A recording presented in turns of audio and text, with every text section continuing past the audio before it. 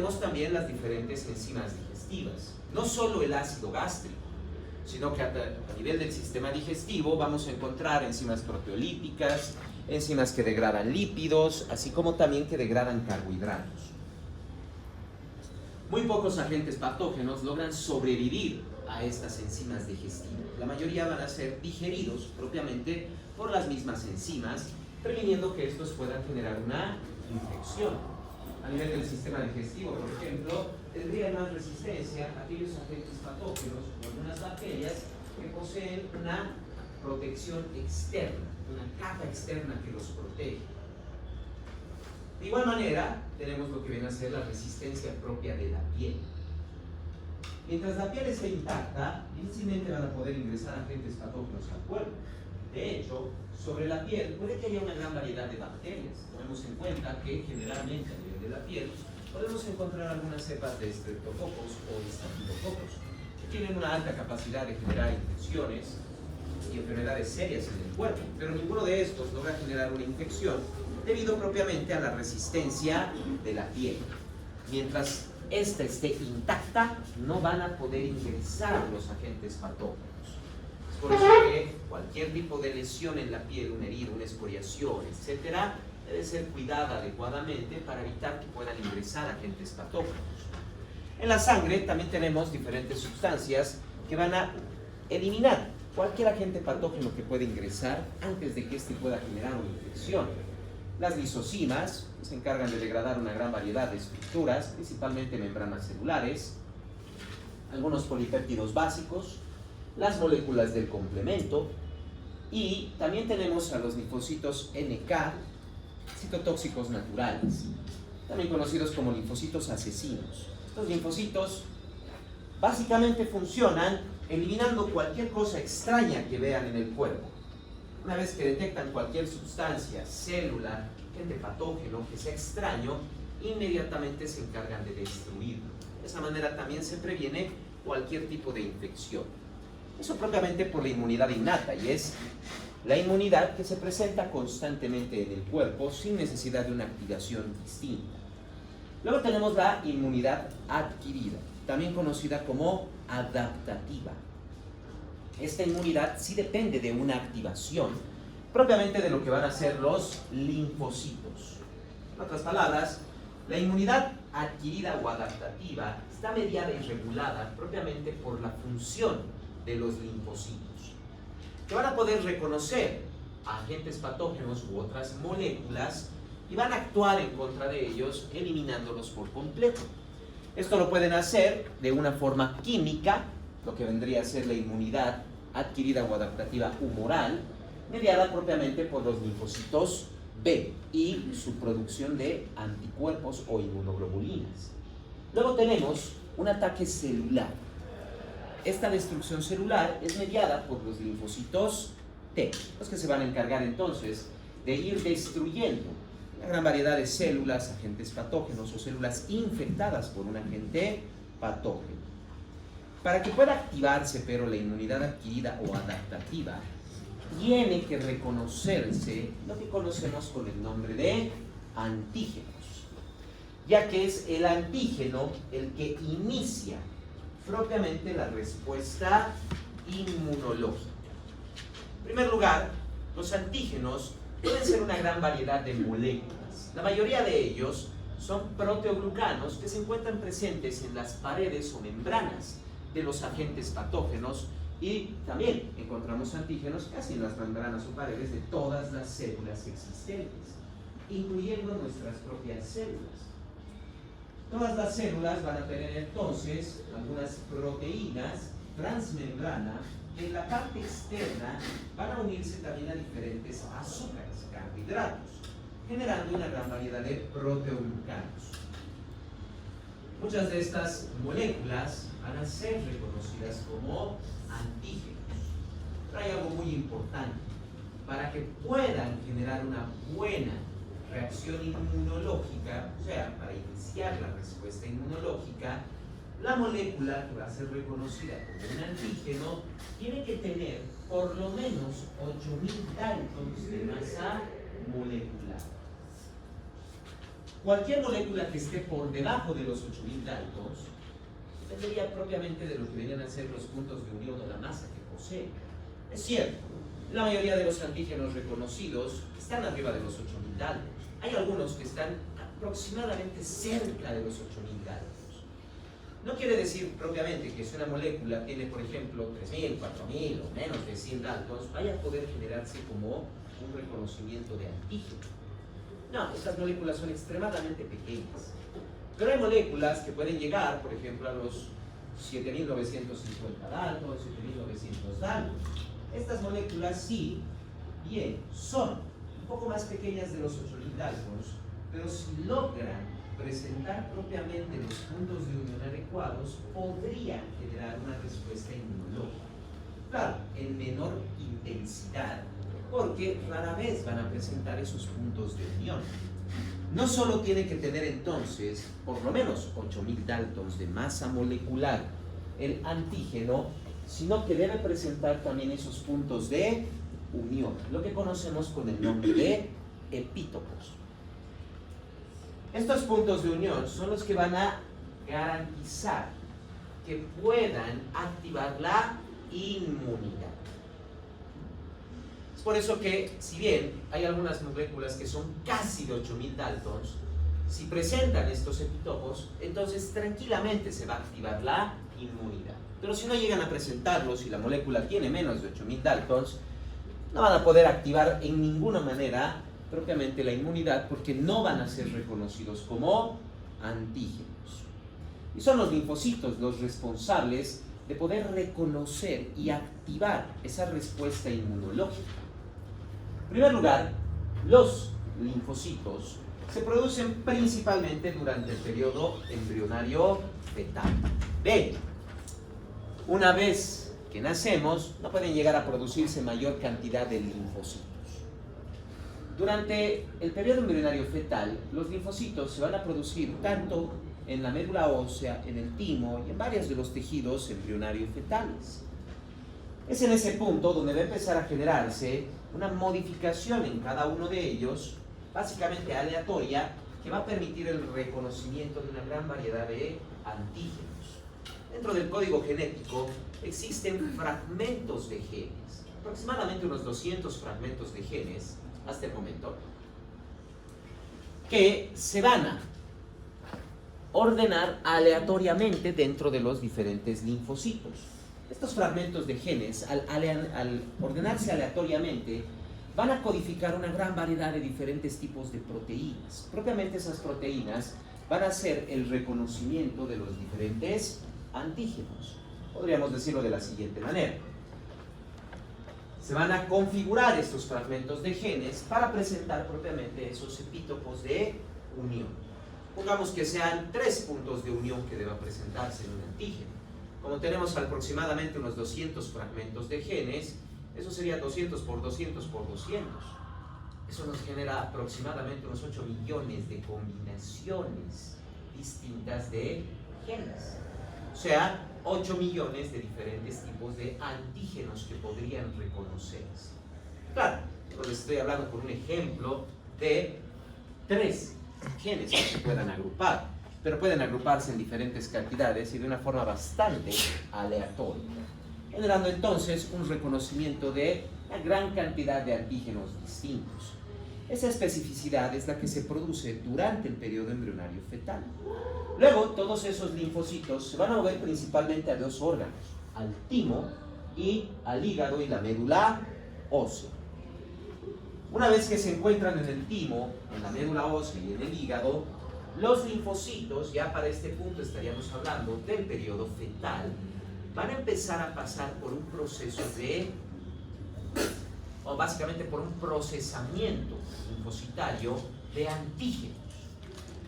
Nuestras células, así como todas las demás células, también presentan sus propios antígenos en sus membranas celulares, incluso internamente. Y a medida que van muriendo algunas células, estas van a ser fagocitadas. Básicamente los macrófagos van a seleccionar todas esas moléculas que tengan más de 8000 Daltons y que presenten los epítopos para poder generar la inmunidad. Y estos macrófagos van a ir al timo a la médula ósea y al hígado y van a empezar a presentar los antígenos corporales, o sea, nuestros propios autoantígenos, ante todos los linfocitos que se han ido formando. Linfocito que reaccione contra esos antígenos será inmediatamente destruido. Quiere decir, es un linfocito que considera nuestros antígenos celulares como ajenos y los empieza a atacar. Tienen que ser destruidos. Aproximadamente el 90% de los linfocitos que se han producido durante el periodo embrionario fetal van a ser destruidos por este procesamiento. Si quedara uno vivo, quiere decir que quedaría un linfocito que reconoce nuestro propio tejido como un antígeno y lo empezaría a atacar, generando lo que viene a ser propiamente una patología autoinmunológica. Básicamente eso es lo que pasa, por ejemplo, con el lupus o con diferentes patologías autoinmunes que han generado que se queden linfocitos que reconocían nuestros propios antígenos. Una vez procesados, los linfocitos sobrevivientes, ese 10% que va a quedar, van a ser linfocitos que van a tener codificaciones para diferentes antígenos que no son propios del cuerpo. La gran mayoría de ellos pertenecientes a agentes patógenos. Una vez codificados entonces, una vez formados y han pasado el procesamiento, van a irse entonces a migrar, todos los linfocitos van a generar una migración hacia lo que vienen a ser los tejidos linfoideos. Claro, algunos se van a quedar dentro de la médula ósea, en el hígado, en el timo, pero una gran cantidad de linfocitos se va a distribuir en todos los órganos linfoideos, los ganglios linfáticos, las placas de Peyer, por ejemplo, en el intestino, las amígdalas, los adenoides, etc. Una gran cantidad inclusive va a llegar también al vaso, formando parte de lo que viene a ser también la pulpa blanca del vaso, que principalmente ya sabemos que está formada por macrófagos. Pero también vamos a encontrar aquí una cantidad de linfocitos. Una vez que han migrado completamente a todos los órganos linfoideos, los linfocitos se van a quedar ahí en un estado de suspensión. Van a reducir su metabolismo celular y van a quedarse básicamente dormidos, esperando a que llegue algún momento en que se les muestre el antígeno que deberían reconocer. De esta manera, en primer lugar, la inmunidad adquirida o adaptativa solo se va a producir durante el periodo embrionario fetal. Ya para el momento en que nacemos, no se van a producir nuevas cantidades de linfocitos.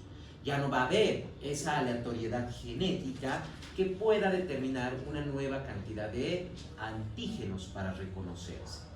Básicamente solo los linfocitos que han quedado vivos son los que van a tener que protegernos durante el resto de nuestra vida.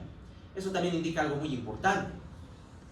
Quiere decir que para el momento del nacimiento ya tenemos todos los linfocitos que nos van a proteger de todas las infecciones, agentes patógenos, toxinas, etcétera, que puedan ingresar a nuestro cuerpo durante todo el periodo de vida, sin necesidad de que realmente vayan a ingresar estos antígenos. Es básicamente la forma en que nuestro cuerpo se prepara para diferentes infecciones. Es por eso que podemos reconocer una gran variedad de antígenos sin necesidad de propiamente estar expuestos a todos los agentes patógenos posibles. La aleatoriedad de estos fragmentos de genes va a permitir que puedan reconocerse una gran variedad de antígenos sin necesidad de que se puedan encontrar de forma directa. O en algunos casos, inclusive, puede que para el momento de nacimiento ni siquiera existan esos antígenos codificados, pero que luego podrían aparecer, como fue el caso del SARS-CoV-2. Para el momento en que todos nosotros hemos nacido, ya teníamos estos antígenos, pero no existían, porque SARS-CoV-2 recién existe desde el 2019. Pero ya teníamos los antígenos codificados en nuestros linfocitos. Eso quiere decir también que, incluso muriendo de avanzada edad, es muy probable que haya una gran cantidad de linfocitos que van a seguir aún en estado de suspensión dentro de los órganos y tejidos linfoideos, porque nunca se van a activar algunos, porque esos antígenos puede que nunca lleguen a ingresar al cuerpo. ya sea porque no existan o ya sea porque son antígenos tan raros que difícilmente van a poder encontrarse con un cuerpo humano. Una vez que se genera la activación del linfocito, es donde los linfocitos, tanto T como B, en los tejidos linfoideos, los órganos linfáticos, es donde van a empezar a activarse. Una vez activado, y esto se va a hacer por el reconocimiento del antígeno, de la misma manera que pasa durante el periodo embrionario fetal. Una vez que los macrófagos van fagocitando células, agentes, toxinas, van seleccionando moléculas grandes, que tengan más de 8000 daltons, presenten los epítopos de unión, etc. Y van a ir movilizándose en los órganos linfoideos hasta que se genere el reconocimiento del antígeno. O sea, hasta que básicamente exista un linfocito que reconoce el antígeno. Una vez que lo reconoce, se va a activar.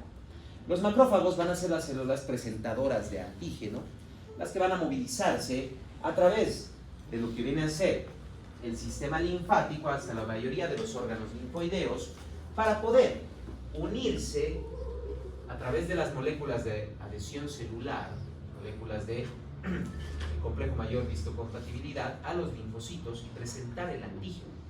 Además, también van a liberar la interleucina 1, que si bien a nivel de lo que viene a ser el hipotálamo se encarga de regular la temperatura corporal, pero la interleucina 1, al ser una linfocina, también tiene la capacidad de facilitar la activación de los leucocitos, principalmente en este caso de los linfocitos. Generalmente es el linfocito T el primero que va a activarse. Generalmente va a ser el linfocito T, un tipo específico de linfocito T, que vamos a ver en un momento, que se conoce como el linfocito T colaborador. Este linfocito T colaborador es el que va a encargarse de activar a todos los demás linfocitos que compartan el mismo código genético de antígeno. Va a encargarse entonces de activar a los linfocitos T, citotóxicos, a los linfocitos B, para poder generar los anticuerpos. Es por eso que es necesario que ingrese en primer lugar el agente patógeno al cuerpo para que pueda empezar a activarse la respuesta inmunológica. Tiene que ingresar el agente patógeno, ya que tiene que ser fagocitado. Durante la fagocitosis, en las 4 líneas de defensa, principalmente por parte de los macrófagos, es que va a empezar a seleccionarse los antígenos, van a movilizarse los macrófagos por el sistema linfático hasta alcanzar propiamente lo que vienen a ser los órganos linfoideos y van a buscar al linfocito que pueda reconocer el antígeno. Es por eso que en la primera infección no vamos a tener una respuesta inmunológica.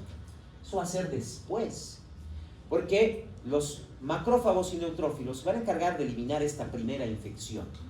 Luego se van a activar propiamente los linfocitos y ya empieza la respuesta inmunológica. Si vuelve a ingresar el antígeno, ya es reconocido directamente y se va a generar su destrucción. Ya no va a generar una infección, ya no va a haber una enfermedad. Propiamente inmunidad, resistencia a las infecciones.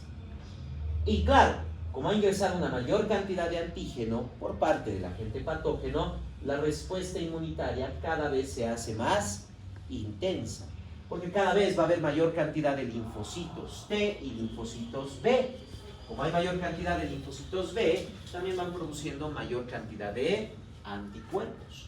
A medida que se van formando, cada linfocito específico no solo tiene la capacidad de reconocer un agente patógeno o un antígeno de forma específica, solo ese antígeno, sino que los linfocitos B tienen también la capacidad de generar propiamente las inmunoglobulinas, los anticuerpos.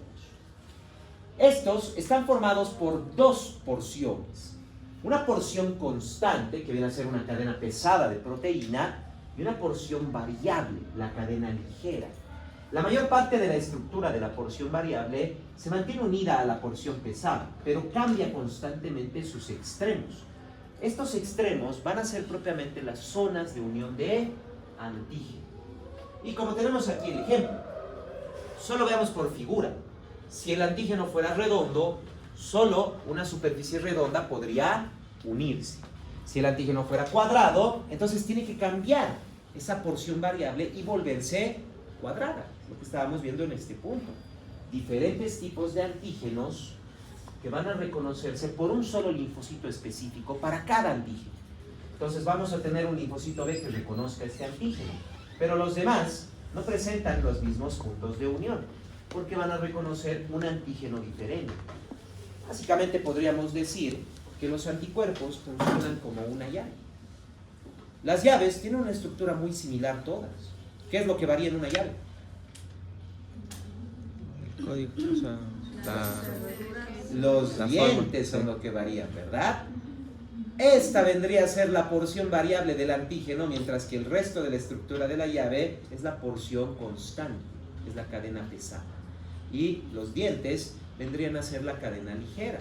Entonces yo puedo tener un montón de llaves que se parecen, pero no todas abren exactamente lo mismo, porque tienen diferentes dientes. Esa es la especificidad de los anticuerpos. Cada anticuerpo, entonces, que van a generar los linfocitos, van a tener variación en esas porciones variables, en esos puntos de unión, para solo un antígeno específico. Entonces, un linfocito que reconozca, por ejemplo, un linfocito B que reconozca una cepa de un agente patógeno, supongamos, el H1N1 de la influenza, va a producir anticuerpos solo contra el H1N1. Entonces va a haber otro linfocito B que va a reconocer al H1N2 y va a producir anticuerpos solo para el H1N2. Y así sucesivamente. Son bastante específicas de esta manera los anticuerpos, las inmunoglobulinas. Los linfocitos van a ir generando en primer lugar clonación. Una vez que se activa un linfocito, este va a empezar a clonarse.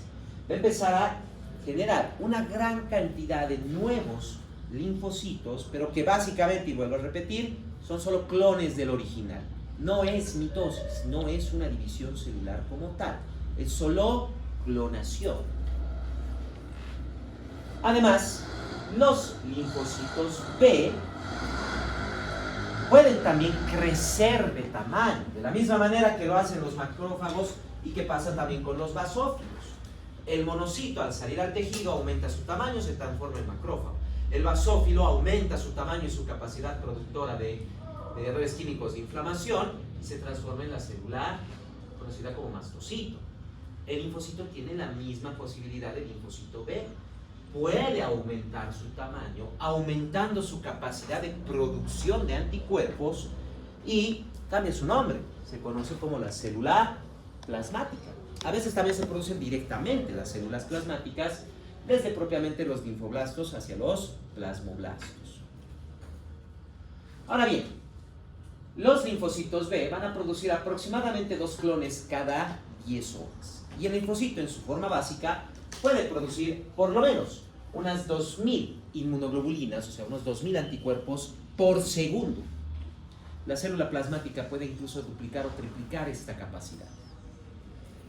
Entonces, estamos hablando de que en aproximadamente 24 horas ya vamos a tener 4 clones, ya 20 horas para ser más precisos, 4 clones que habrán producido millones de anticuerpos. Y así va incrementando cada vez la cantidad de linfocitos que van a estar circulando en el torrente sanguíneo, así como también de inmunoglobulinas, de anticuerpos. No todos los linfocitos, pero van a generar anticuerpos. Algunos de los linfocitos B, algunos de los clones, van a movilizarse por el sistema linfático y el sistema sanguíneo hasta llegar propiamente a otros tejidos u órganos linfoideos. Por ejemplo, puede que los linfocitos B hayan estado, casi todos los de este tipo de linfocito, de este antígeno específico, por ejemplo, digamos a nivel de las amígdalas. Ahí van a empezar a clonarse. Muchos de ellos van a salir al torrente sanguíneo, van a empezar a circular por todo el cuerpo, van a ir formando anticuerpos. Algunos, pero, van a salir a la sangre y se van a mover a los adenoides, a las placas de Peyer, al hígado, al timo, al vaso, a la médula ósea y a los ganglios linfáticos. Y se van a quedar en estos órganos y la única función que van a tener es continuar con la clonación. A estas células las vamos a conocer con el nombre de linfocitos de memoria. no van a diferenciarse más, no van a empezar a generar anticuerpos. Lo único que van a hacer es solo movilizarse a los órganos linfoideos y se van a quedar ahí clonándose. Por eso los conocemos como células de memoria. La única función que tienen es clonarse. Entonces, una vez que se han activado, van a seguir clonándose indefinidamente por el resto de la vida, generando entonces anticuerpos de forma constante. Porque a medida que se van clonando, sus clones salen al torrente sanguíneo y siguen formando anticuerpos. Ya no es necesario, por eso que se mantenga la entrada constante del antígeno, o sea, no es necesario una invasión constante del agente patógeno. Estas células de memoria son las que van a mantener los niveles de anticuerpos constantes en el torrente sanguíneo. Desde el momento en que se ha reconocido, se genera entonces esa memoria. Ahora, los anticuerpos son bastante específicos y existen 5 tipos de anticuerpos: la inmunoglobulina G, la inmunoglobulina A, la inmunoglobulina D, la inmunoglobulina E y la inmunoglobulina M. También los puede llamar como anticuerpo GADEE, GADEM, para que tengan ahí un mnemotécnico para acordarse fácilmente. Cada uno de estos presenta, como les decía, una cadena pesada y cadenas ligeras. Los anticuerpos o inmunoglobulinas G y A son las más pequeñas. De hecho, la inmunoglobulina G es exactamente lo que estamos viendo aquí. Solo posee una cadena pesada y 2 cadenas ligeras. La A puede presentar otras 2 cadenas ligeras y pueden ir aumentando su tamaño. La más grande de todas las inmunoglobulinas es la inmunoglobulina M. Su cadena pesada es extremadamente densa y presenta múltiples cadenas ligeras, múltiples porciones de unión.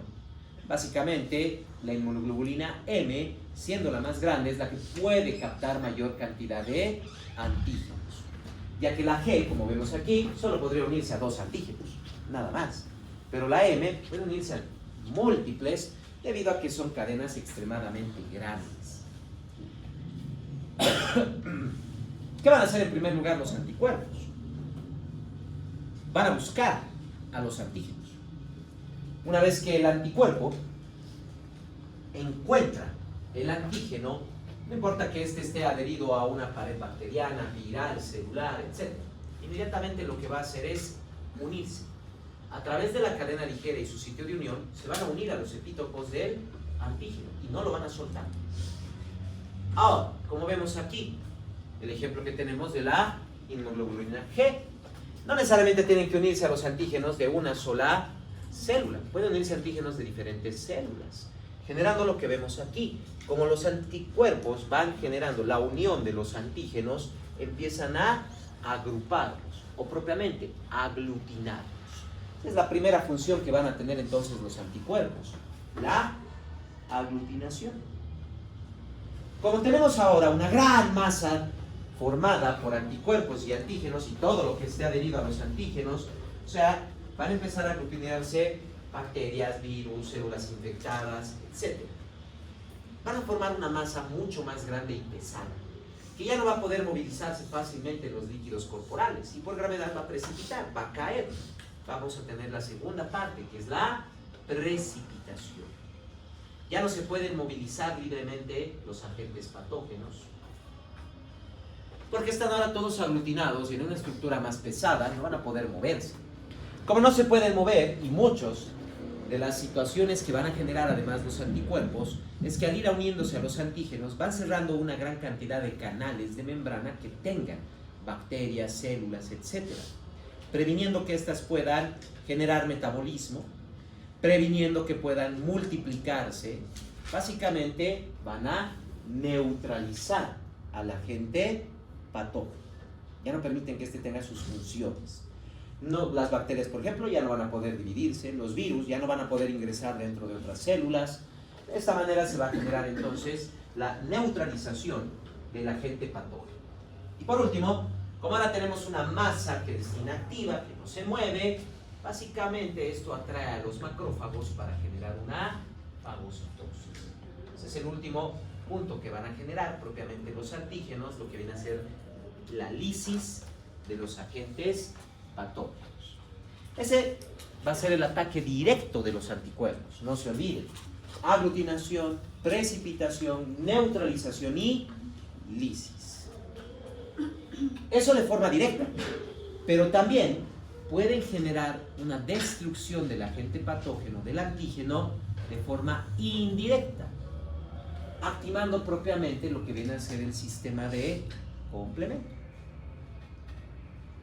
Dentro del sistema de complemento, en primer lugar, vamos a tener aproximadamente unas 20 moléculas, que son proteínas.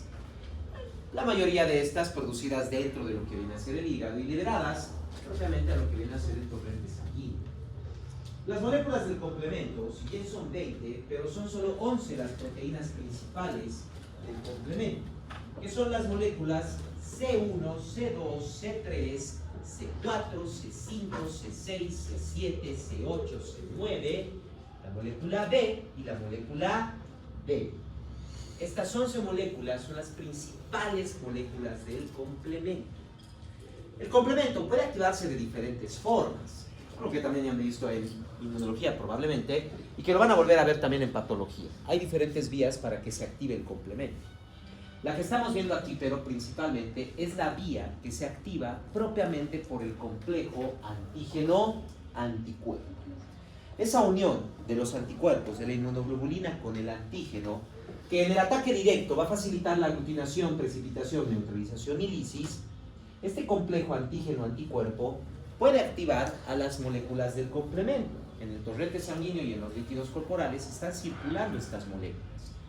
Entonces, el complejo antígeno-anticuerpo va a empezar a activar al complemento. Activa, en primer lugar, a la molécula C1 del complemento. Es aquí donde va a empezar a generarse lo que conocemos como la vía clásica de activación del complemento. Ya en inmunología y en patología ustedes van a ver lo que viene a ser la vía espontánea, la vía moderna, de la activación del complemento, las dos vías que existen. La molécula C1 es la primera que se va a activar. La molécula C1 al activarse va a ganar una función enzimática que va a facilitar la activación e incluso la modificación de otras moléculas. La molécula C1, por ejemplo, va a tomar a las moléculas C4 y C2 y las va a unir, formando dos moléculas, el C4,2 y el C4A. Este C4,2 también es una molécula enzimática que se va a encargar también de activar otras vías del complemento, a la C3, formando el C3A y el C3A. Esto, entre el C4,2 y el C3B, también me van a activar al C5, formando el C5B, el C5A, y así sucesivamente. Van uniendo estas moléculas, las empiezan a activar, las empiezan a unir. La cascada del complemento, como podemos ver, va a empezar a generarse, cada molécula activa otra siguiente parte y así sucesivamente. El C5B nos va a tomar al C6, al C7 y va a empezar a formar el C5B6,7. Esta última molécula va a buscar a las moléculas C8 y C9 y nos va a formar esto, el C5B6,7,8,9. De hecho, todas las vías del complemento van a llegar a esta última molécula, a la molécula C5B6,7,8,9. Porque esta molécula es la molécula que provoca lisis celular. Es la molécula que va a producir que el agente patógeno, el antígeno, lo que sea que esté adherido al complejo antígeno-anticuerpo, sea eliminado. Son marcadores químicos que van a indicarle tanto a los macrófagos neutrófilos como a los linfocitos citotóxicos que deben destruir ese complejo antígeno-anticuerpo y todo lo que esté adherido a él, propiamente células, bacterias, virus, etc. No solo se han sido aglutinados, precipitados y neutralizados por los antígenos, pero por los anticuerpos, sino que al mismo tiempo se activa el complemento y los empieza a marcar. El complemento va a empezar a marcar estas células. No solo los está marcando, varias de las moléculas intermedias tienen diferentes funciones. Por ejemplo, pueden generar ozonización. Habíamos visto que para facilitar propiamente lo que viene a ser una fagocitosis, la superficie de la bacteria, del agente patógeno, tiene que ser rugosa, no puede ser lisa, porque de lo contrario no puede agarrarse. En cambio, si tiene rugosidades, va a poder. Y varias moléculas del complemento hacen eso, opsonizar. Es como el ejemplo que les daba en la anterior clase. Si alguien quiere trepar la pared así lisa, no va a poder. Tendría que venir pedazos de madera clavados en la pared. Eso van a ser las moléculas del complemento que van a generar esa opsonización. ¿Y qué molécula es la que genera eso? Es la molécula C3b. La molécula C3b del complemento va a generar opsonización. Así como los anticuerpos, empieza a adherirse a la pared del agente patógeno y va a facilitar que éste pueda ser capturado y fagocitado. Además, varias moléculas del complemento también van a facilitar la función de los mismos leucocitos, así como también de los anticuerpos, facilitando la aglutinación, facilitando la neutralización. Moléculas como la C5a, además, es una molécula que va a generar quimiotaxia. Una vez que se ha generado la molécula C5a del complemento, esta va a traer una mayor cantidad de leucocitos. Pero no se olviden, esto por la vía clásica del complemento. La molécula C5a también aparece en las vías moderna y espontánea.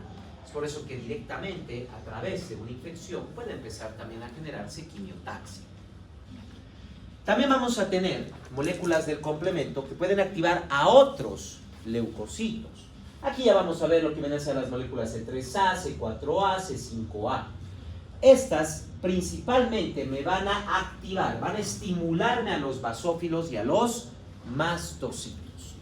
Entonces las moléculas C3a, C4a y C5a básicamente son las moléculas del complemento que activan una respuesta inflamatoria, ya que al activar al basófilo y al mastocito van a provocar que estos liberen grandes cantidades de histamina, bradicimina, serotonina, todas las diferentes moléculas como la heparina, la sustancia de reacción lenta de anafilaxia, que son mediadores químicos de la inflamación. El complemento también puede entonces generarme una respuesta inflamatoria al activar al basófilo y al mastocito.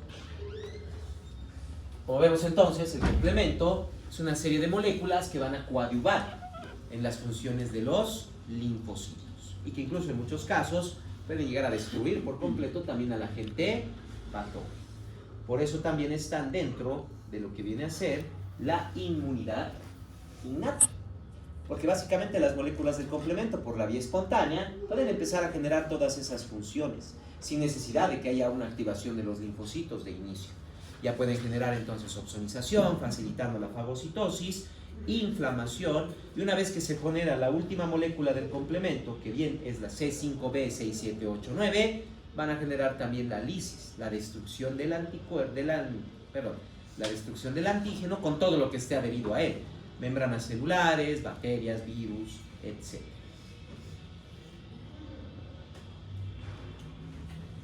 El linfocito T va a tener la misma activación que lo va a tener el linfocito B.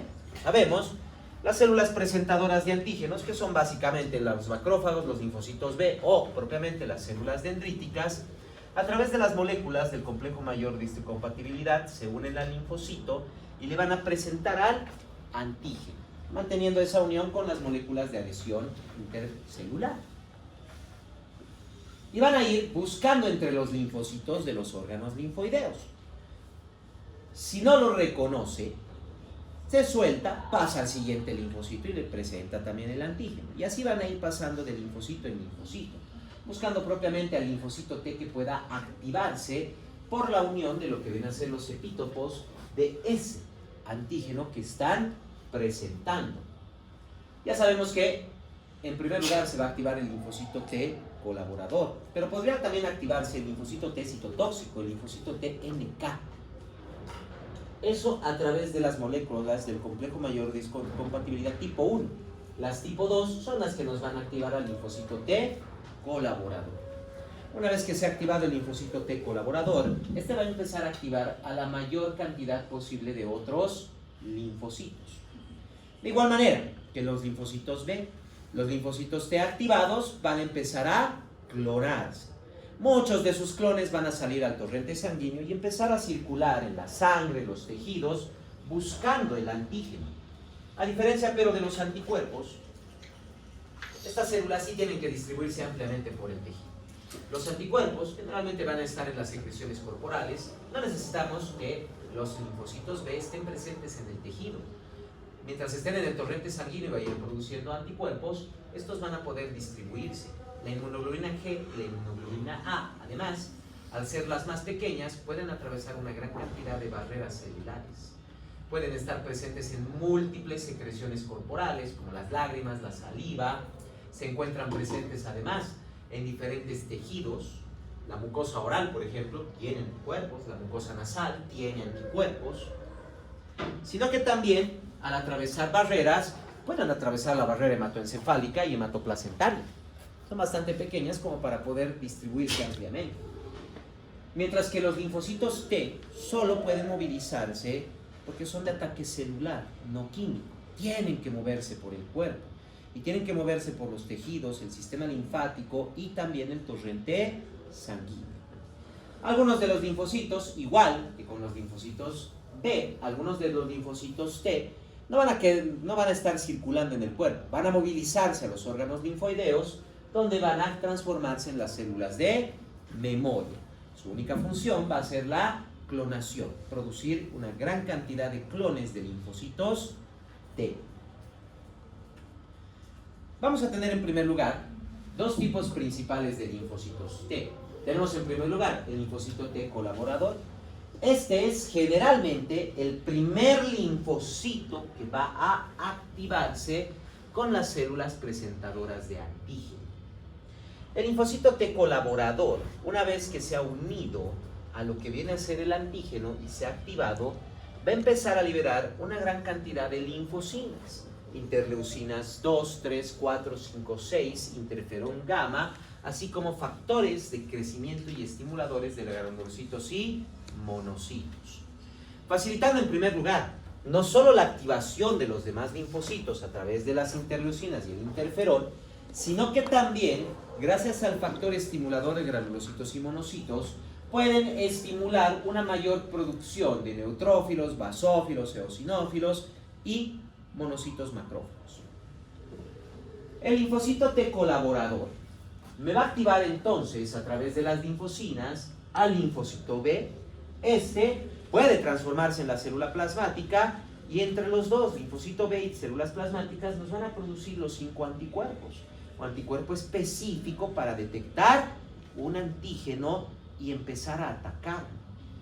Por otro lado, las linfocinas también me van a activar a los linfocitos T, tanto a los linfocitos T citotóxicos como a los linfocitos T supresores. Los supresores son muy importantes porque son los que se encargan de regular la respuesta inmunológica.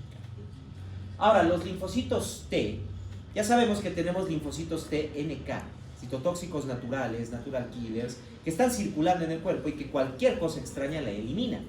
Pero también van a empezar a circular estos otros linfocitos T citotóxicos específicos, que solo van a eliminar todo aquello que tenga el antígeno que reconoce. Los citotóxicos naturales, los NK, esos eliminan cualquier cosa que no sea del cuerpo. Cualquier cosa, no importa lo que ingrese, lo elimina. Los linfocitos T citotóxicos por inmunidad adaptativa o adquirida solo van a eliminar al antígeno que reconocen. ¿Y cómo lo van a hacer? En la mayoría de los casos van a actuar sobre células o bacterias. No se olviden que los virus ingresan directamente en las células, las van a infectar. Y a medida que el virus va replicándose en su membrana, van a aparecer los antígenos virales. Ya en la bacteria, en la membrana de la bacteria, empiezan a aparecer los antígenos bacterianos. Es ahí donde va a actuar el linfocito T citotóxico. Se va a adherir a la membrana de estas células o de las bacterias. Se van a adherir y van a liberar sustancias químicas extremadamente dañinas a la membrana celular, conocidas con el nombre de perforinas. Como indica su nombre, estas enzimas van a perforar las membranas celulares.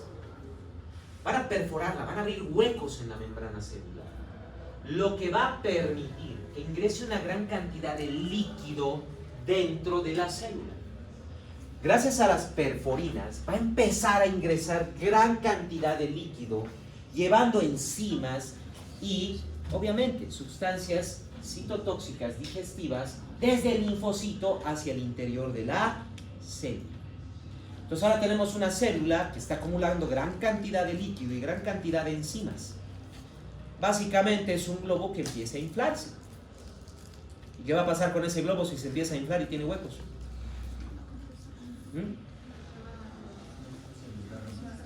Va a explotar. Exacto, se va a desgarrar la membrana. Esa es la manera en que destruyen estos linfocitos. O sea, básicamente le inyectan a la célula una gran cantidad de líquido a través de las perforinas que van a generar hasta el punto en que la célula va a explotar. Y eso destruye, por ejemplo, a la célula infectada, al agente patógeno. Esa es la forma en que se va a destruir. Luego van a venir los macrófagos y se van a encargar de limpiar el área, se van a encargar de fagocitar todos los restos que hayan quedado de esa destrucción. Bastante precisa es la función. Porque el linfocito T citotóxico no tiene que destruir todo el tejido. Directamente solo va a ir a atacar aquellas partes del tejido o aquellas células que presentan los antígenos. Es importante también que estén los linfocitos T supresores, porque estos son los que van a regular la respuesta inmunológica. Porque es muy probable que empiecen a atacar una gran cantidad de células. Vuelvo con el ejemplo. La célula estaba infectada con un virus. Tenía una gran cantidad de antígenos virales en la membrana celular. Vino el linfocito T citotóxico y la va a hacer explotar. Si yo tomara aquí un globo con un montón de mistura y lo hago explotar, ¿será que solo cae la mistura al piso y nada más? ¿Dónde va a llegar la mistura? Exacto. Y ahí tenemos un problema. Porque una vez que explota la célula, esos antígenos se van a esparcir en otras células, pero no van a estar adheridas a la célula, solo van a estar cerca. Y el linfocito T citotóxico podría ir a destruir esa célula. La importancia por eso del supresor, que es el que va a regular esto, que es el que va a evitar que los citotóxicos se vuelvan locos y empiecen a atacar todo. Va a regular, va a suprimir un poco la respuesta, evitando que se genere una destrucción masiva del tejido. Eran además los linfocitos T reguladores los que se han ido activando en la selección clonal durante el procesamiento, generando lo que viene a ser propiamente la tolerancia inmunitaria. Han sido estos linfocitos T reguladores los que se han encargado de matar a los otros linfocitos que destruyan nuestros propios antígenos. Por eso esa función que les decía, no solo son los que generaron el procesamiento durante el periodo fetal, sino que al mismo tiempo son los que le dicen al linfocito: no mates esta célula, no tiene nada malo. Aquella sí, esa sí la tiene que destruir, pero esta no. Entonces los van regulando de esa manera, van controlando, generando lo que conocemos como tolerancia inmunitaria. Es la selección clonal que hemos generado durante el periodo fetal y que evita que nos ataquemos a nosotros mismos con nuestro sistema inmunológico. Cuando fracasa el linfocito T supresor, ahí es donde vienen las enfermedades autoinmunes. Porque es este linfocito el que está permitiendo que los otros empiecen a atacar nuestras propias células que no tienen nada malo. No tienen ninguna infección, no presentan ningún antígeno extraño, nada de eso. Una vez que se ha generado la actividad tanto de los linfocitos T como de los linfocitos B, a eso lo llamamos ya inmunidad. ¿Por qué? Porque en cuanto vuelva a ingresar el agente patógeno con su antígeno, es inmediatamente reconocido. Ya en las secreciones corporales, en la mucosa, los anticuerpos lo van a reconocer y lo van a empezar a atacar, aglutinándolo, precipitándolo, neutralizándolo y destruyéndolo. Si llegara a entrar al torrente sanguíneo, igual, no solo el anticuerpo, ahí ya también va a estar presente el linfocito T, que lo va a tomar y lo va a destruir. Si llega al tejido corporal, están los linfocitos T, están los anticuerpos. En cualquier parte va a ser reconocido el agente patógeno y hemos tenido ya inmunidad. Pueden haber ingresado miles de agentes patógenos, pero hay tantos anticuerpos y linfocitos circulando que los van a destruir. Ya no van a permitir que se genere una nueva infección. Esa es propiamente la inmunidad. Y hay dos formas de inmunización. La primera es la inmunización activa. Inmunización activa se refiere propiamente a que tiene que activarse la inmunidad con el proceso que acabamos de describir. Tiene que fagocitarse el agente patógeno, las moléculas extrañas, seleccionarse los antígenos, moverse el macrófago hacia los órganos linfoideos, presentar los antígenos, activarse los linfocitos, clonarse y generar una respuesta inmunológica. Eso va a ser inmunidad activa. Hay dos formas de activar la inmunidad activa. La primera, mediante una infección. Es la más común, es la que generalmente ocurre. Nos infectamos y al luchar contra la infección va a haber fagocitosis, reconocimiento de antígenos, inmunización activa. La otra forma es el ingreso de antígenos sin que se genere infección. Eso básicamente son las vacunas. En una vacuna, en primer lugar, solo hay dos formas de generar una vacuna. Ya sea las vacunas de restos celulares, o sea, matamos al agente patógeno y su cadáver, sus restos, los utilizamos dentro de la vacuna. Estamos introduciendo los antígenos. Por otro lado, podemos hacer la vacuna con los agentes vivos, pero atenuados. O sea, tomamos al agente patógeno y le quitamos la capacidad de multiplicarse y de infectar. Entonces, vamos a tener una cantidad limitada de agentes patógenos dentro de la vacuna que van a estar vivos, pero que no van a tener la capacidad de multiplicarse, de infectar a células, no van a poder hacer absolutamente nada. Como no se pueden multiplicar y no pueden infectar células, van a ser fagocitados.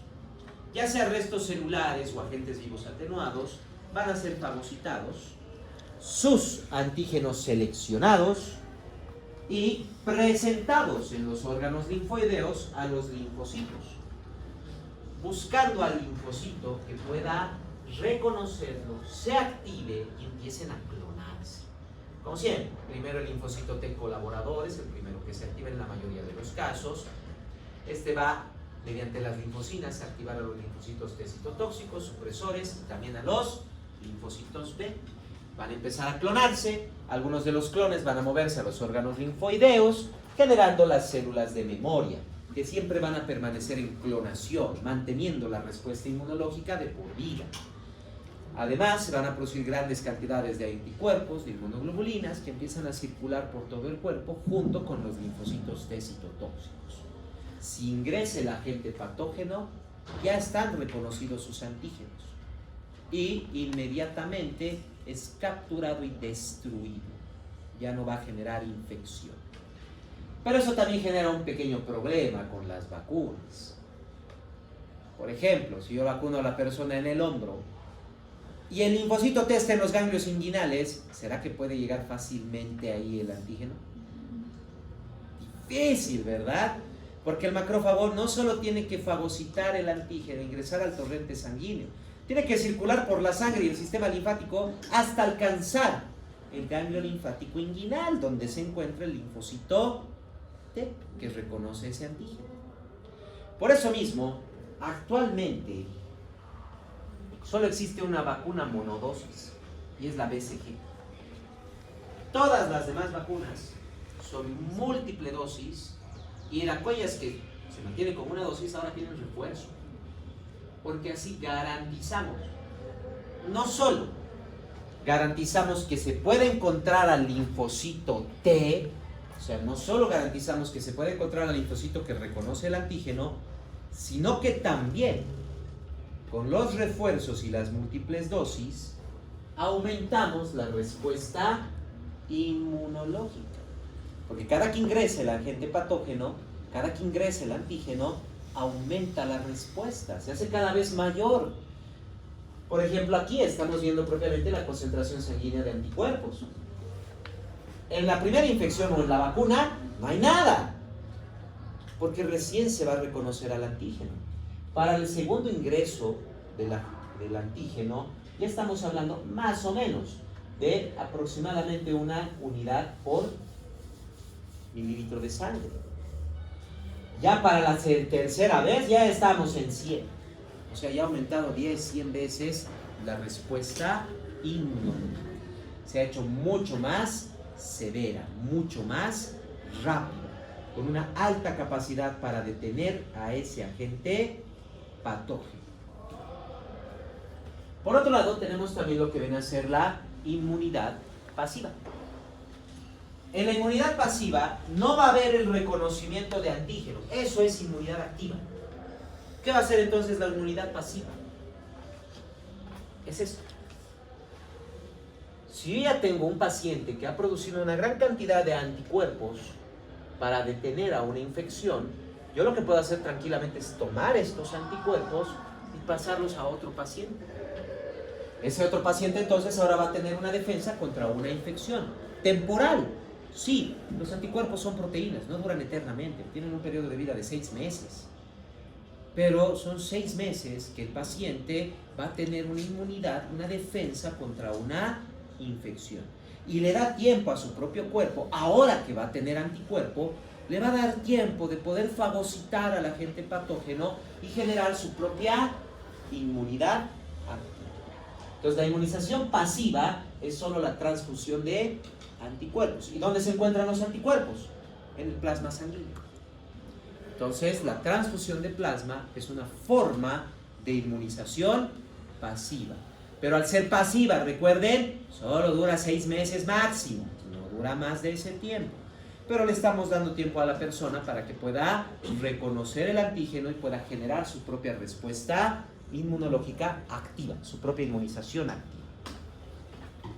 Eso lo hemos hecho bastante ampliamente durante la pandemia del COVID. Hemos tomado muestras de sangre, principalmente transfusiones de sangre, de una gran cantidad de pacientes que habían recuperado del COVID. Quiere decir que ellos ya tenían grandes cantidades de anticuerpos. Así que tomábamos sangre y hacíamos transfusiones de plasma. Con eso hemos salvado a muchas personas. No solo salvado, con eso hemos incluso descongestionado el sistema de salud. Si le doy la transfusión de plasma, lo puedo mandar a su casa porque tranquilamente ya está inmunizado. Va a poder soportar la enfermedad en su casa. Entonces ahí venían las transfusiones de plasma. Claro, no todos los pacientes aceptaban la transfusión de plasma. Por motivos religiosos, no se olviden que hay una religión que no permite transfusión sanguínea, plasma ni nada. Entonces difícilmente en ellos podíamos hacer esa inmunización pasiva. La inmunización pasiva es lo que salva a los recién nacidos en primer lugar. No se olviden que los anticuerpos pueden estar incluso en las secreciones corporales, saliva, lágrimas, etc. Quiere decir que también están en la leche materna. La inmunoglobulina G y la inmunoglobulina A están presentes propiamente en la leche materna. Así que las mamás, al darle leche a sus bebés, leche materna, los están protegiendo, les están dando anticuerpos para todas las enfermedades con las que ha peleado esa mamá durante toda su vida hasta ese punto. Por eso también, y esto lo van a ver constantemente en pediatría y ginecología, viene una mamá resfriada o algo y le preguntan, muchas mamás, en especial primerizas, les preguntan a los médicos, ¿será que le puedo dar mi pecho? ¿Será que puedo estar con el bebé? Y el pediatra o ginecólogo le dice, sí, esté con su bebé, esté con él, porque él, su sistema inmunológico es inmaduro, su sistema inmunológico toma tiempo en activarse, pero la mamá en 2 o 3 días ya tiene anticuerpos y ya le está pasando los anticuerpos a través de la leche al bebé, ya me está protegiendo. Entonces la lactancia es muy importante por eso, no solo por el efecto ampliamente beneficioso nutricional, sino por el efecto de que la lactancia materna es lo que protege a los recién nacidos hasta los 6 meses. Por eso se pide esa lactancia materna exclusiva. Y por eso tenemos mucha preocupación con aquellos bebés que por X o Z motivo no pueden lactar. Hay múltiples causas que pueden provocar eso. Pero esos bebés que no pueden lactar, nos preocupa bastante su salud, porque no están recibiendo esa inmunización pasiva. No la están recibiendo. Están tomando principalmente fórmulas maternizadas, donde no vamos a encontrar los anticuerpos. Es por eso la importancia de que pueda haber una manera de que se pueda distribuir ampliamente leche materna. Bueno, antiguamente y en algunos casos en algunas zonas, esto se ve más común en campo, pero en algunas zonas de la ciudad aún hay lo que son las matronas, las nodrizas. Son mujeres que dan de lactar a bebés que no sean suyos propiamente. Entonces, ahí, por ejemplo, hay cierta inmunización pasiva. Y actualmente, por lo menos aquí en Cochabamba, ya tenemos, y bueno, ya casi está entrando en función, el banco de leche también, donde una gran cantidad de mamás que quieran y puedan donar leche, lo van a hacer y se va a almacenar en el banco de leche para poder dar a los bebés que no están lactando. Y de esta manera vamos a poder mantener esa inmunización. Claro, aparte de los grandes beneficios nutricionales que tiene la lactancia materna. Eso con respecto a lo que viene a ser la inmunización pasiva. Y así como estábamos viendo con los leucocitos, no todo está libre de problemas. Incluso el sistema inmunológico también tiene sus problemas. Pero no, y no se olviden, no tiene nada que ver con la enfermedad autoinmune. De hecho, en la enfermedad autoinmune, el problema ha sido en el linfocito T supresor en el periodo embrionario, fetal. De hecho, en la enfermedad autoinmune, el sistema inmunológico funciona perfectamente bien. De hecho, es por eso que nos está atacando. Es por eso que nos está atacando. Y por eso el tratamiento de las enfermedades autoinmunológicas es un tratamiento inmunosupresor. Tenemos más bien que reducir la funcionalidad del sistema inmunológico para que no nos ataque. Sino que está el otro problema, lo que viene a ser las alergias. Como les estaba mencionando hace un momento, la aleatoriedad de esos 200 fragmentos de genes son los que codifican una gran variedad de miles, millones de antígenos que podríamos reconocer. Claro, muchos de estos, el 90% de los linfocitos, son destruidos en el periodo embrionario fetal por el procesamiento. Pero cabe que dentro del 10% no solo van a haber linfocitos que reconocen todos los agentes patógenos con los que nos vamos a encontrar en la vida. Puede que se reconozcan también otras moléculas como antígenos. De hecho, hay moléculas que son las que nos generan daño y las vacunas son para esa molécula, no para el agente patógeno. Ejemplo, el tétanos, el Clostridium tetani o incluso la difteria, que también es un Clostridium, el Clostridium difteriae. Tanto el tétanos como la difteria no es la infección bacteriana la que nos hace daño. La infección bacteriana más bien es leve, es mínima, no nos va a provocar una muerte. Lo que nos mata es el toxoide, es la toxina del tétanos o la toxina de la difteria. Eso es lo que nos mata. La toxina del tétanos es lo que va a provocar la parálisis, el espasmo muscular y la parálisis en el tétanos. Entonces, la vacuna antitetánica no es contra el Clostridium. No, la vacuna antitetánica no está formada por antígenos del Clostridium. La vacuna antitetánica está formada por fragmentos del toxoide tetánico. Es una molécula bastante grande, tiene más de 8000 dantos, presenta los epítopos, es reconocida como antígeno. La vacuna antitetánica es contra la toxina, contra una molécula, no propiamente contra el agente patógeno. Y de esa manera, el cuerpo, en esa aleatoriedad genética, podría codificar antígenos de diferentes sustancias como moléculas. Moléculas que puedan presentarse, por ejemplo, en alimentos. Moléculas que puedan estar presentes en el ambiente, como en el polen. Moléculas de algunos microorganismos que no son agentes patógenos, como los ácaros. Y se genera una respuesta inflamatoria ante la presencia de estas moléculas. En una infección, la respuesta inflamatoria es normal. Eso vimos en la anterior clase, ¿verdad? En toda infección hay respuesta inflamatoria. Entonces, cuando entra un agente patógeno o una toxina, que haya una respuesta inflamatoria es normal. Pero ¿y si entra una molécula que no es una toxina ni un agente patógeno? ¿Es normal la respuesta inflamatoria? ¿Sí o no? Es normal. ¿Es normal que haya una respuesta inflamatoria al polen? ¿Es normal que haya una respuesta inflamatoria a alguna molécula de la comida, del jabón, de algún detergente, de un perfume, del polvo? No. Exacto. Esa es una respuesta de hipersensibilidad a lo que nosotros conocemos con el nombre de alergia. Básicamente las alergias entonces son a diferentes moléculas que no son agentes patógenos ni provienen de ellos. Va a haber una respuesta inflamatoria, como es lo normal con la reacción antígeno-anticuerpo, pero al no ser una infección de una molécula patógena o dañina, esa respuesta inflamatoria más bien es contraproducente hacia nosotros. Es contraproducente. Vamos a tener dos tipos de alergia. La alergia retardada, que es regulada por el linfocito T.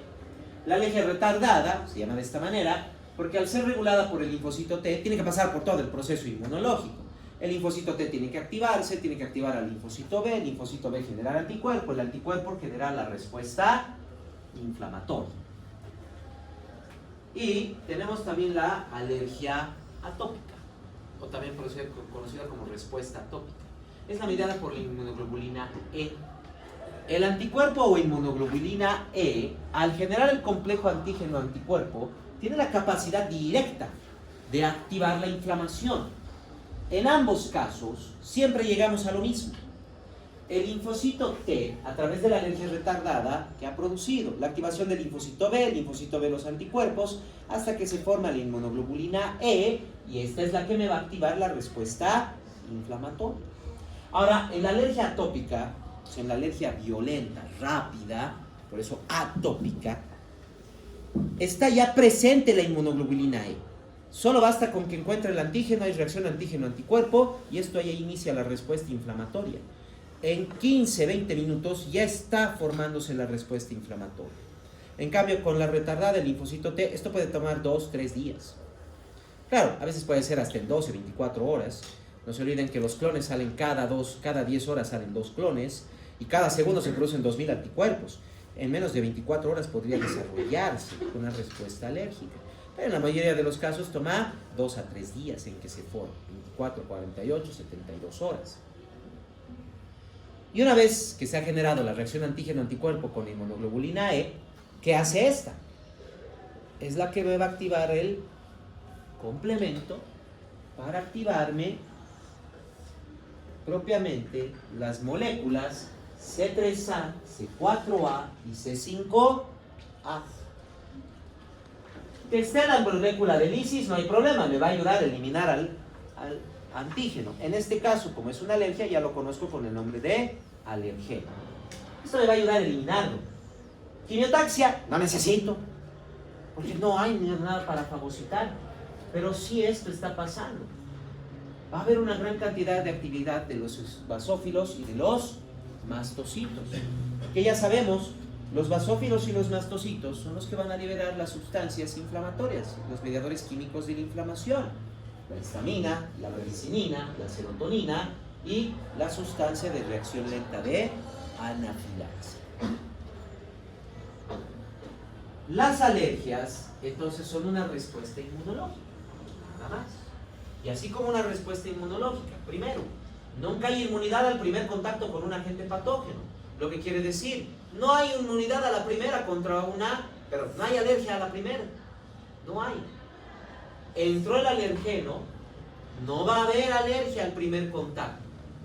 Porque primero tiene que reconocerse el antígeno, tiene que activarse la inmunidad. Hasta eso se ha eliminado el alergeno del cuerpo. Además, no dice tampoco que la inmunidad sea al segundo o al tercer contacto. Puede pasar mucho tiempo para que se active la inmunidad. Puede pasar mucho tiempo. ¿Por qué? Porque puede que el alergeno, en este caso el antígeno, esté ingresando al cuerpo por una vía específica, pero el linfocito que lo reconoce está en una parte muy alejada del cuerpo. Puede que entre por vía respiratoria el alergeno y el linfocito está en el sistema digestivo. Difícilmente va a entrar en contacto. Pero con el paso del tiempo puede, así como habíamos visto con la vacuna, puede que el macrófago no encuentre la primera vez a un linfocito para generar inmunidad con una vacuna. Por eso tenemos varias dosis y refuerzos. Puede entonces que el alergeno no logra generar respuesta inmunológica por años, pero en algún momento sí va a encontrarse al linfocito, sí va a activarse la inmunidad y va a empezar la respuesta inmunológica. Es muy probable que una persona pueda consumir alguna sustancia o colocarse algo en el cuerpo durante mucho tiempo, años, y de repente luego aparece la alergia. Y claro, todo va a depender de la misma respuesta inmunológica. Algo muy importante que hay que resaltar y aclarar. A medida que los basófilos van activándose, cada vez van saliendo más del torrente sanguíneo y se transforman en mastocitos y van a liberar estas sustancias. Así como con cada refuerzo de vacuna, la inmunidad incrementa, lo mismo aquí. Cada vez va a haber mayor cantidad de basófilos y de mastocitos. Y cada vez van a liberar mayor cantidad de sustancias químicas de inflamación, histamina, bradicina, serotonina y la sustancia de reacción lenta de anafilaxia. Esto va a provocar, en primer lugar, que las alergias sean dinámicas. No es que una persona empieza con una forma de alergia y eso es toda su vida. Si se expone constantemente al antígeno, al alergeno, va a aumentar su respuesta inmunológica y se va a hacer cada vez más severa. Las 4 formas de alergia son urticaria, rinitis o fiebre del heno, asma y anafilaxia. La urticaria, la más leve de todas, lo que tenemos aquí en la imagen, es una respuesta local a nivel de la piel, mediada principalmente por basófilos, que van a estar liberando grandes cantidades de histamina, bradicinina, pero muy poco de serotonina y principalmente muy poco de la sustancia de reacción lenta de anafilaxia. Primero, tanto la histamina como la bradicinina son vasodilatadores. Entonces en el área se va a generar una vasodilatación. Mayor flujo sanguíneo significa enrojecimiento del área. Como hay vasodilatación y también aumenta la permeabilidad capilar, esto va a permitir la salida de líquido. Lo que estábamos viendo para inflamación en la anterior clase.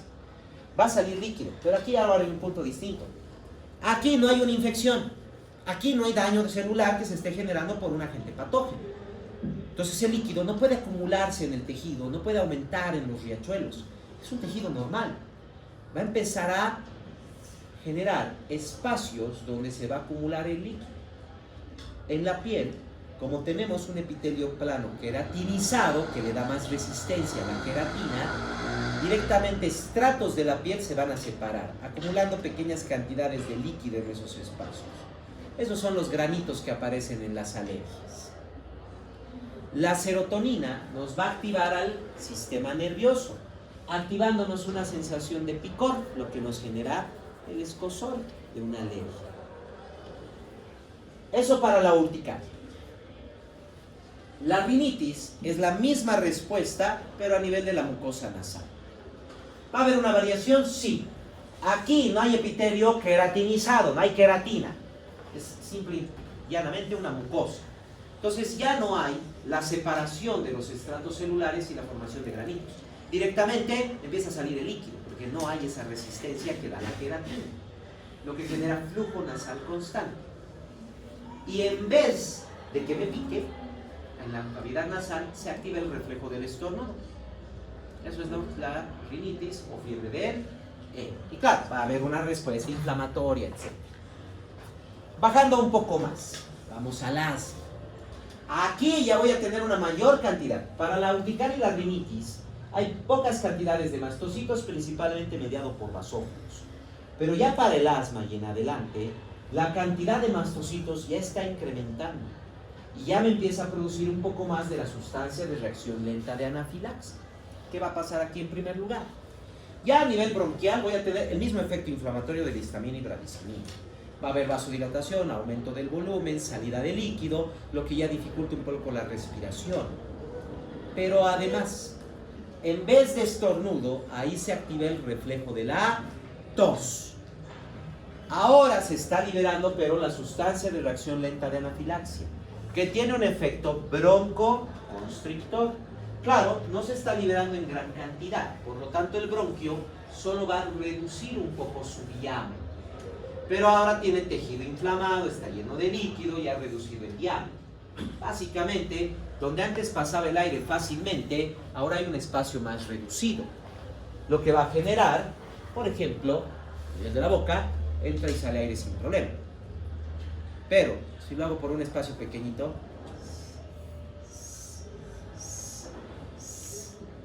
un silbidito. La sibilancia del asma es por la broncoconstricción que está reduciendo el diámetro del bronquio para que pueda pasar el aire. Eso es el asma. Ahora, si la persona ha tenido suficiente exposición al alergeno, va a haber una gran cantidad ya también de mastocitos.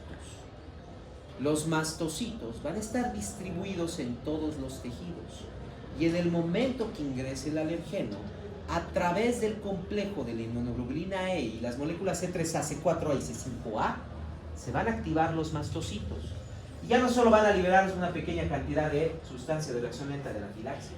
Al ser tantos mastocitos, van a liberar cantidades excesivas de histamina, bradicinina y gran cantidad de la sustancia de reacción lenta de anafilaxia, que ya sabemos, tiene un efecto broncoconstrictor. En el asma es lo que nos va a afectar y generar la sibilancia. Pero también tiene el efecto vasodilatador. Y como se libera sistémicamente ahora, genera una vasodilatación masiva. La histamina y la bradicinina me van a facilitar además mayor vasodilatación y están haciendo que la persona tenga partes rojas en todo el cuerpo.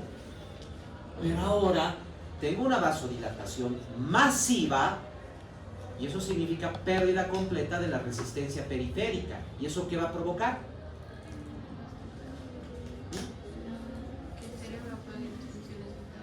¿Pero por qué? Si cae por completo la resistencia, cae la presión, sin presión no hay flujo de sangre y no llega oxígeno a los tejidos. Y el cuerpo, para evitar una muerte, va a apagar todas las funciones no vitales. Entra el paciente en inconsciencia, shock anafiláctico. Y no solo hay una disminución de flujo de sangre, ahora hay suficiente sustancia de reacción lenta de anafilaxia, ya no solo para que el bronquio disminuya su diámetro, colapsa por completo. El paciente no solo no tiene flujo de sangre, no respira, porque su bronquio está tapado. El paciente se va a morir en 20 minutos, se va a asfixiar.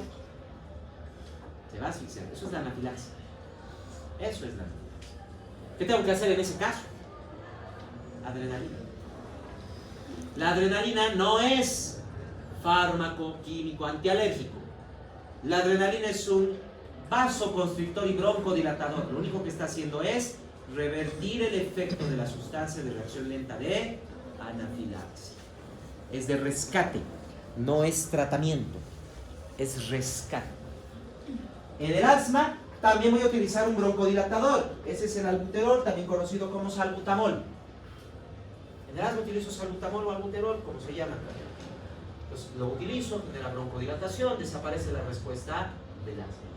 En una urticaria y rinitis están mediadas por histamina y bradicinina, principalmente histamina. Al utilizar un antihistamínico yo bloqueo esa respuesta y reduzco la inflamación. Pero todos estos tratamientos, la adrenalina, el salbutamol, el antihistamínico, son solo de rescate. No son tratamientos contra la alergia específicamente. Solo estoy bloqueando o eliminando el efecto negativo inflamatorio. Nada más. ¿Cuál es el verdadero tratamiento de la alergia? Y es lo que necesito principalmente para la anafilaxia. Porque la adrenalina que le puse a mi paciente solo va a durar 20 minutos. Después de 20 minutos otra vez se va a cerrar su bronquio, otra vez va a caer la presión. ¿Qué tengo que dar? Corticoides. Los corticoides son análogos del cortisol, una hormona que se produce en la corteza suprarrenal y que tiene efecto antiinflamatorio e inmunosupresor. Por eso utilizo el corticoide, porque voy a inmunodeprimir al paciente. No se olviden que es una respuesta alérgica, es una respuesta inflamatoria inmunológica normal. Lo que tengo que hacer es inmunodeprimir al paciente. Suprimo su sistema inmunológico y ya no voy a tener estos problemas. ¿Por cuánto tiempo? 48 a 72 horas. Porque ¿qué hacen los eosinófilos? Detoxifican el cuerpo, eliminan todas las sustancias que no son propias del cuerpo, ¿verdad? El eosinófilo se va a encargar básicamente de eliminar el alérgeno. Entonces, en 48 a 72 horas, el eosinófilo se ha deshecho del alergeno y ya no le tengo que dar el corticoide porque ya no voy a tener la respuesta alérgica. Y el último detalle. En la respuesta atópica, estamos hablando de que ya hay gran cantidad de mastocitos por todo el cuerpo. Hay personas que dicen, soy alérgico al frío, soy alérgico al calor, soy alérgico a esto o a aquello. Primero, para que un antígeno sea reconocido como tal, tiene que tener por lo menos 8000 Daltons y presentar los epítopos de unión. ¿El calor o el frío son moléculas? Pues no presentan epitopos, no tienen masa, no tienen nada de eso. Hay sustancias pequeñas también, que muchos dicen que son alérgicos. Por ejemplo, hay personas que pueden ser alérgicos al agua. Imposible, sabemos. Una persona que sea alérgica al agua es alérgica a sí misma, pues su cuerpo es agua. Pero el agua tiene solo 18 datos de masa molecular, tampoco sería. Moléculas, incluso pueden que haya personas que digan, ay, soy alérgico al oro, soy alérgico a la plata, etcétera y demás. El oro, la plata, tienen menos de 100 datos de masa molecular, si son átomos. No son alérgicos a eso. Pueden ser alérgicos al óxido de plata, al óxido de oro, que eso sí genera moléculas más pesadas. Presentan epítopos. Pero ¿qué pasa entonces con el frío y el calor? Ellos son los responsables. No es una respuesta alérgica propiamente dicha, porque no estamos hablando de la unión antígeno-anticuerpo, sino que ahora hay mastocitos distribuidos en diferentes partes del cuerpo. Por ejemplo, a nivel de la piel. Y si aquí se genera un cambio brusco de temperatura, los mastocitos se van a ver afectados y van a liberar histamina, bradicinina, serotonina y entrar en reacción en cadena anafilaxia. O sea, no es una alergia, es solo una reacción atópica, porque hay demasiado mastocito. Y no solo eso se ve, por ejemplo, con cambios de temperatura. Yo puedo tomar, por ejemplo, con la uña, rayar la piel de la persona, solo con la uña. Solo hacer un rayón, nada más, no buscar lesión, nada. En 5 minutos, si la persona es atópica, si tiene mastocitos, al pasar con mi uña, he presionado a los mastocitos y han liberado histamina, bradicinina, serotonina, etc. En 5 minutos ahí va a estar una línea roja, inflamada. Eso ya me indica atopía. Esa es una forma de ver atopías, por ejemplo. Tomar un objeto, puede ser incluso una tarjeta, etcétera, y hacer una línea en la piel. Con una regla o con un bolígrafo que nos raya también. Se puede hacer. Con un bolígrafo que nos raya se puede hacer una línea. Si en 5 a 10 minutos ahí aparece una línea roja, el paciente es atópico. Tiene alguna alergia bastante severa porque tiene gran cantidad de mastocitos en los tejidos. Lo que significa que básicamente puede entrar en anafilaxia. Las alergias son así, no se olviden. La respuesta inmunológica va aumentando. Puede que una persona empiece con urticaria y termina luego con anafilaxia. Pero también puede que inicie directamente con anafilaxia porque la respuesta inicial ha sido extremadamente severa. Y ha habido mastocitos distribuyéndose en todo el cuerpo. Esto puede ser, ¿por qué? Porque ha entrado una gran cantidad de alérgenos. Porque se encuentra constantemente con su alergeno y por eso la respuesta cada vez es más severa y más severa y más severa. O básicamente porque desarrolló la alergia tarde. Se encontró al linfocito demasiado tarde, pero ya había tanto antígeno circulando, tanto alergeno circulando en el cuerpo, que básicamente se ha generado una respuesta masiva. Podemos empezar a veces con asma, terminamos en anafilaxia. Podemos empezar con rinitis, terminamos en anafilaxia. Y también se puede saltar directamente a la anafilaxia. Se puede saltar. Y por último, como tenemos una aleatoriedad genética que determina antígenos, las únicas personas que pueden decir que no tienen alergia son las personas inmunodeprimidas. Porque después, todos los demás, es altamente probable que tengan codificadas moléculas que no son de agentes patógenos, tampoco toxinas, y que las van a considerar sus cuerpos como antígenos, que van a generar una respuesta inflamatoria, una alergia. Ahora, ¿por qué no han desarrollado la alergia? Porque es muy probable que no se han encontrado con su alergeno y que no se vayan a encontrar nunca con él también.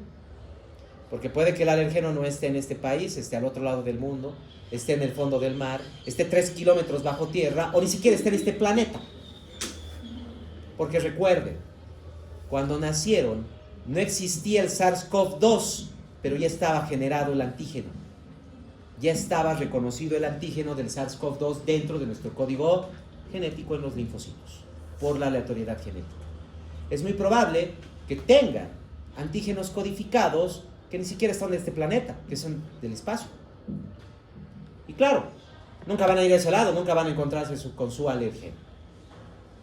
Pero hay otras personas que tienen la muy mala suerte de encontrarse con su alergeno cada día. Cada día. Entonces, eso también determina que son personas que pueden fácilmente desarrollar anafilaxia. ¿Dudas? ¿Preguntas? 2 clases en una semana y hemos resumido inmunología.